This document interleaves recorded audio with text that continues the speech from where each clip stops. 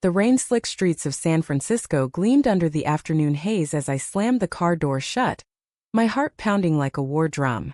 Why now of all times? I muttered to myself, staring at the woman in the passenger seat. Jordan, the ghost from my past who just flagged me down on the side of the highway like some hitchhiking specter. Her eyes, those piercing blue ones that had once promised forever, now flickered with a desperation that mirrored my own turmoil. And in that instant, I knew this detour could unravel everything I'd built. My name is Alex Rivera, and I'd spent the last 5 years clawing my way up from the wreckage of our breakup. Back in college at UC Berkeley, Jordan and I were inseparable. Two young women navigating the chaotic world of activism and first loves. She was the fiery journalism major with dreams of exposing corporate corruption, and I was the quiet literature student who found poetry in her passion.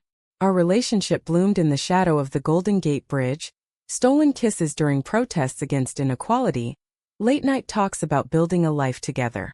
But then came the betrayal. It started innocently enough. Jordan got an internship at a prestigious news outlet in New York, and suddenly our plans shifted. "It's just for a summer," she'd said, packing her bags with a smile that didn't reach her eyes. I supported her, of course, dropped everything to help her move, even though it meant putting my own aspirations on hold. But as weeks turned into months, her calls grew sporadic. Texts went unanswered. And then the silence. No explanation, no goodbye. Just a void where our future used to be. I spiraled after that. Dropped out of school for a semester. Took odd jobs waitressing in dive bars along the Embarcadero, questioning if I'd ever been enough. Therapy helped eventually. I pieced myself back together, finished my degree, and landed a gig as a freelance writer for a progressive magazine in LA. Now at 28, I was en route to the biggest interview of my career. A sit-down with Elena Vasquez, the trailblazing senator pushing for LGBTQ+ rights nationwide. It could catapult me into the spotlight, maybe even a book deal. But fate, that cruel joker, had other plans. I'd been cruising down Highway 1, the Pacific Ocean crashing against the cliffs to my right, when I spotted her. Jordan, thumb out, backpack slung over her shoulder, looking every bit the wanderer she'd become. I almost drove past, should have, but something pulled me over. Maybe curiosity, maybe unresolved anger. "Alex," she'd gasped, sliding into the seat as if no time had passed. "I can't believe it's you." We drove in tense silence at first, the radio humming some old Fleetwood Mac song about going your own way. Ironic, right? Finally I broke it. "What the hell are you doing out here, Jordan? Last I heard, you were in New York living the dream." She sighed, running a hand through her cropped hair, now streaked with premature gray. The dream turned into a nightmare. I got fired, whistleblowing on some shady dealings at the network. Now I'm hitchhiking back west, trying to start over. Her voice cracked and I felt a pang, but I pushed it down. "Why me?" I asked, gripping the wheel tighter. "Why flag down my car?" "Because I need your help," she admitted, her eyes meeting mine in the rearview. "And because I've never stopped thinking about us." Those words hung in the air like fog over the bay, stirring up memories I'd buried deep. Our first date at a queer poetry slam in the Castro, where she'd recited lines about love-defying odds. Lazy Sundays in our tiny apartment, cooking brunch and planning trips we'd never take. But then the ghosting, the way she'd ignored my pleas for closure, leaving me to wonder if it was my fault, if I was too clingy, too ordinary for her ambitions. As we wound through the hills toward Monterey, where I'd planned to stop for coffee before the final leg to LA, Jordan opened up more. She talked about the pressure in New York, the cutthroat industry that demanded she compromise her values. "I pushed you away because I was scared," she confessed. "Scared that if I admitted how much I needed you, I'd lose my edge." I laughed bitterly. "So you ignored me instead? Left me hanging like some discarded draft?" "It was wrong," she said softly. "I see that now." The conversation ebbed and flowed, laced with drama that felt straight out of a Lifetime movie. By the time we pulled into a seaside diner, the sun dipping low, I realized this unexpected reunion was forcing me to confront feelings I'd thought were long gone. Attraction simmered beneath the hurt. Her laugh still lit up the car, her touch accidental but electric when she passed me a napkin. But trust? That was shattered. As we sat across from each other sipping black coffee, I wondered if this was a sign or a sabotage. The interview loomed, a chance to change my life, but Jordan's presence threatened to derail it all. Little did I know. This was just the beginning of a journey that would expose deeper betrayals and rekindle a love I never fully extinguished. The diner smelled of fried fish and salty air, a quintessential coastal stop where locals swapped stories over pie. Jordan picked at her fries, her eyes avoiding mine as if the weight of our history was too heavy to lift. "Alex, I didn't just ignore you," she finally said, her voice barely above a whisper. "There was someone else." The words hit like a rogue wave, knocking the breath out of me. Betrayal, sharp and fresh, sliced through the tentative bridge we'd been building. "What?" I managed, my fork clattering to the plate. Her name was Mia, a colleague at the network. Ambitious, glamorous, everything Jordan thought she needed to succeed in that dog-eat-dog world. "It started as late nights working on stories," Jordan explained, tears welling. "Then it became more. I convinced myself it was temporary, that I'd come back to you. But by the time I realized how wrong it was, you'd stopped reaching out." "I stopped reaching out?" The audacity burned. "I stopped because you ghosted me, Jordan. Ignored my calls, my texts. Left me in the dark wondering what I'd done wrong." My voice rose, drawing glances from nearby booths, but I didn't care. This was the drama I'd avoided for years, now exploding in a dingy eatery miles from anywhere. She reached for my hand, but I pulled back. "I'm sorry," she pleaded. "Mia was a mistake. She used me to climb the ladder, then dumped me when the scandal hit. Karma, I guess." We paid the bill in silence and got back on the road, the highway now shrouded in twilight. As stars emerged over the ocean, the conversation turned introspective. Jordan shared how the affair had cost her integrity, how she'd compromised stories to protect Mia's sources. "I lost myself in New York," she admitted. "But seeing you today, it's like a second chance." Romantic notions flickered in my mind, images of us rebuilding stronger than before. But doubt lingered. Was this genuine remorse, or was she using me again, a convenient ride to redemption? By midnight we reached Big Sur, where I booked a cheap motel room, separate beds of course. Lying awake, listening to the waves crash, I replayed our past. The good times. Pride parades in San Francisco, hand in hand, chanting for equality. The way she'd comfort me during family rejections. My conservative parents in Texas had disowned me when I came out. Jordan had been my rock then. Morning brought clarity, or so I thought.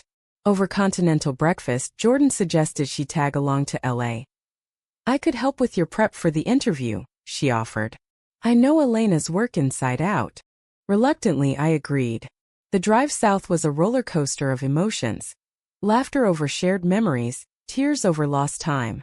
We stopped at Hearst Castle, wandering the opulent grounds, where Jordan confessed more. "The ignoring wasn't just cowardice," she said. "Mia convinced me you were holding me back. She said real journalists don't tie themselves down." Rage bubbled, but so did understanding. We'd both been young, naive. As the landscape shifted to rolling vineyards, a tentative romance re-emerged. Subtle glances, lingering touches. By Santa Barbara we were holding hands across the console, the air thick with unspoken desire. Yet conflict brewed. My phone buzzed with reminders. The interview was tomorrow. Elena Vasquez wasn't just a senator. She was a symbol of resilience for queer women everywhere. I couldn't afford distractions. But Jordan's presence stirred a deep, humanistic longing for forgiveness, for connection in a world that often isolated us. That night in a beachside inn we talked until dawn. Jordan revealed her own scars. A homophobic family in the Midwest, forcing her to hide who she was. "You were the first person who saw me fully," she whispered. And I threw it away. Tears flowed freely now, a cathartic release. As the sun rose, painting the room gold, I felt the walls around my heart cracking. But was it enough? The road ahead promised more revelations, and I braced for the storm. Los Angeles sprawled before us like a glittering promise as we navigated the freeway traffic, the Hollywood sign mocking our tangled lives from afar. Jordan's confession about Mia had opened floodgates, but now suspicion crept in. Why reveal it all now? "Are you sure there's nothing else?" I pressed, eyeing her in the passenger seat. She hesitated, then nodded. That's everything. But her fidgeting hands told another story. We checked into my hotel in downtown LA, the city pulsing with energy. The interview with Senator Vasquez was set for the next morning at her office in Beverly Hills. A chance to discuss her groundbreaking bill for protections against discrimination in healthcare. As a queer woman of color, Elena's story resonated with mine. This could be my big break, proving I was more than the broken girl Jordan left behind. To distract from the nerves, we explored the city, walked the Walk of Fame, grabbed tacos from a food truck in Echo Park. Laughter came easier now, laced with flirtation. At Griffith Observatory, overlooking the twinkling lights, Jordan pulled me close. "I've missed this," she murmured. "Us against the world." The moment was pure romance. Stars above, city below. Two women rediscovering each other. But drama lurked. Back at the hotel, my phone rang. An unknown number. "Alex Rivera? This is Mia Thompson. We need to talk about Jordan." My blood ran cold. Jordan was in the shower.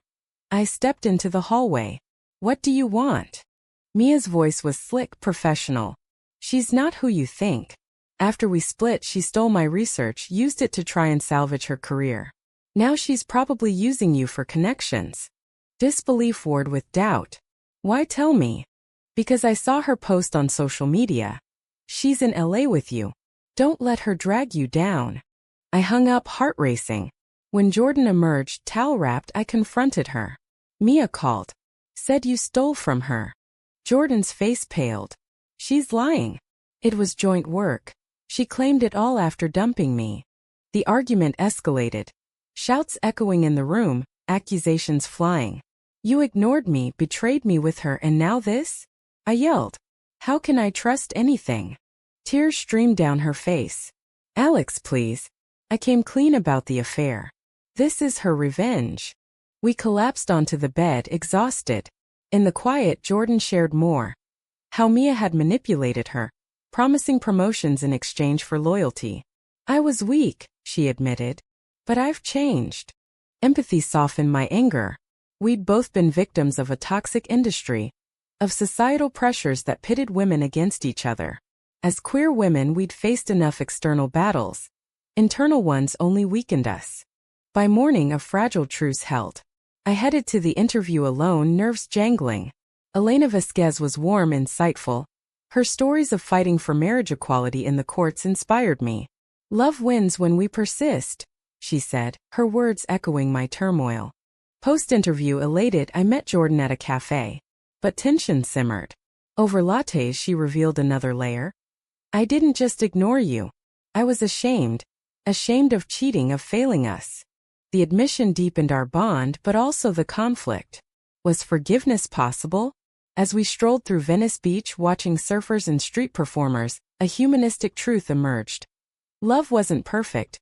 It was messy, requiring grace. Yet the climax loomed. That evening, Mia texted me evidence.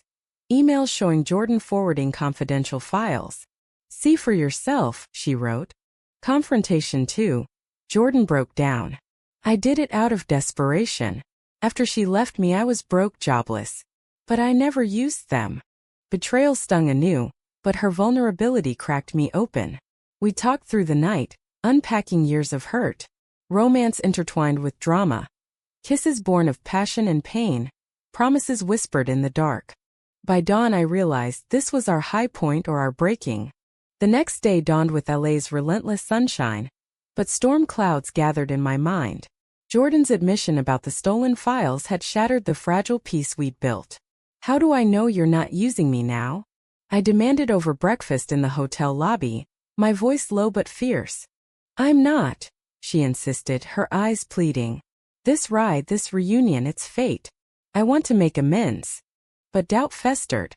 I had the interview transcript to edit, a deadline looming, yet my focus splintered. We decided to extend our stay. Foolish, perhaps, but necessary for closure. We drove to Malibu, the beach a backdrop for our unraveling drama. Walking barefoot in the sand, Jordan opened up about her post-New York life. Couch surfing, freelance gigs that barely paid, therapy sessions grappling with her bisexuality, and the shame it brought in conservative circles.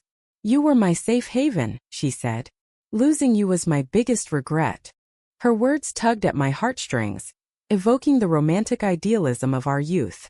I shared my own struggles, rebuilding confidence, dating women who never measured up, channeling pain into writing that advocated for LGBTQ+ voices.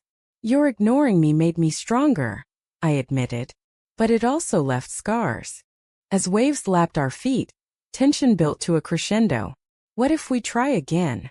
Jordan asked, her hand in mine. The question hung, laden with possibility and peril. But then my phone buzzed. An email from my editor. Great interview, Alex.